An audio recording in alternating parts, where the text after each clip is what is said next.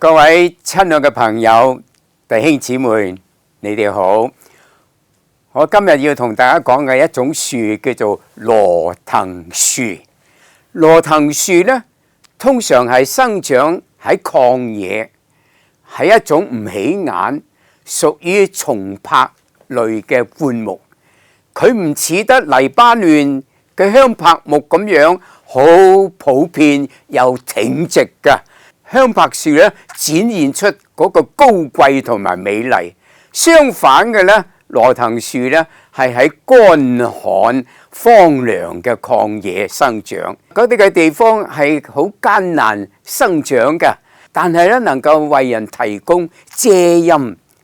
聖經喺列王記上第19章嗰度記載咧，先知以利亞喺人生低谷嘅時候，佢曾經喺羅騰樹下求死啊！羅騰樹提醒我哋，即使係屬靈嘅偉人，亦都會感到疲乏同灰心㗎。以利亞喺迦密山上大獲全勝，戰勝巴力嘅先知，然而冇幾耐之後，因為皇后耶洗別嗰個威嚇，佢要逃命。佢走咗一日嘅路程，身心靈都極其嘅疲乏，佢就坐喺一棵嘅羅騰樹底下，萬念俱風去喺度求死。可見人嘅軟弱啊！即使係最剛強、最被神使用嘅人，都會有情緒低落嘅時候嘅。然而，神冇讓以利亞永遠嘅停留喺羅騰樹下，佢賜食物俾過佢，神餵養佢，恢復佢嘅心智同埋體力，然後引領佢走向何烈山，喺嗰度重新同神相遇。值得注意嘅就係，神冇喺狂風、地震或者烈火當中同佢對話，神卻用微小嘅聲音同佢講說話。狂風、地震同埋烈火固然係彰顯到神嘅大能，顯明萬事都係神掌管㗎，但係神卻要人謙卑、安靜落嚟，唔好以為只有喺轟轟烈烈嘅環境當中，先能夠體驗神嘅同在、神嘅大能。唔係㗎，有時神要我哋安靜等候，謙卑伏喺佢嘅面前。以利亞喺羅騰樹下自怨自艾，甚至求死，其實呢亦都流露出佢自己嘅自義嘅心態。自即係自以為是啊，以為自己最了不起啊。佢以為自己喺迦密山上大勝巴力嘅先知，功績應該大過列祖㗎，但係冇想到神竟然容許佢被耶洗別嘅恐嚇，生命受到威脅。佢不禁質問：大能啊，神啊，你喺邊度啊？係唔係你唔再使用我啊？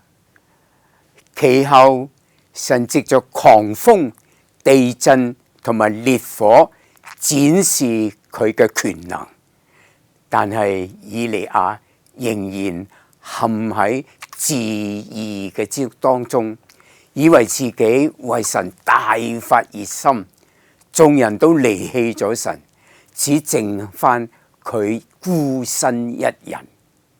神卻用微小嘅聲音同呢位自義嘅先知講說話，重建佢嘅信心。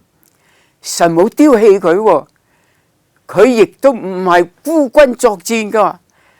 原來喺以色列嘅當中，神仍然保留咗7 1000個未曾向巴力屈膝嘅人啊！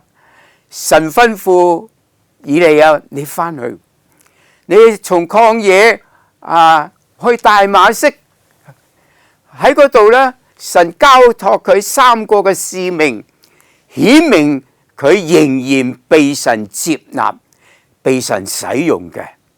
可見羅騰樹唔係以利亞嘅終點啊，而係佢生命嘅當中一個中途站咋。神容許我哋暫停一停，但係唔容許我哋停滯不前喺嗰度。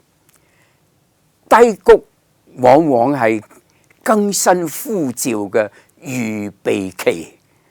神嘅計劃唔會因為我哋嘅崩潰而終止嘅。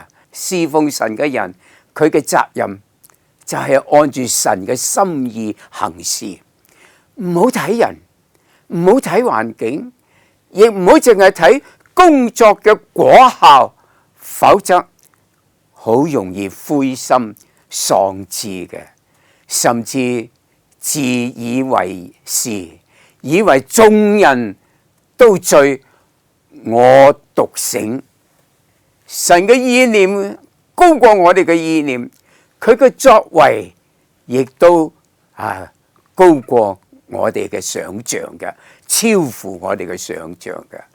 我哋或者只係默默嘅撒種耕耘，眼前睇唔到乜嘢果效，但係只要堅持到底，終必睇見神嘅作為。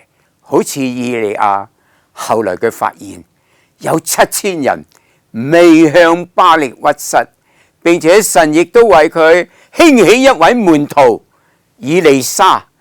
從此以後，佢唔再需要孤軍作戰啦。喺我哋人生嘅歷程當中，我哋有時都會遇到令人沮喪同氣餒嘅時刻，甚至感到孤單無力嘅時候。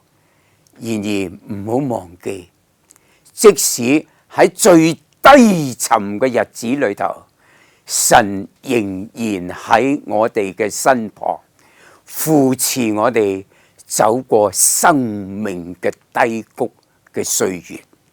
我哋感謝神，神真係愛我哋，願神賜福我哋。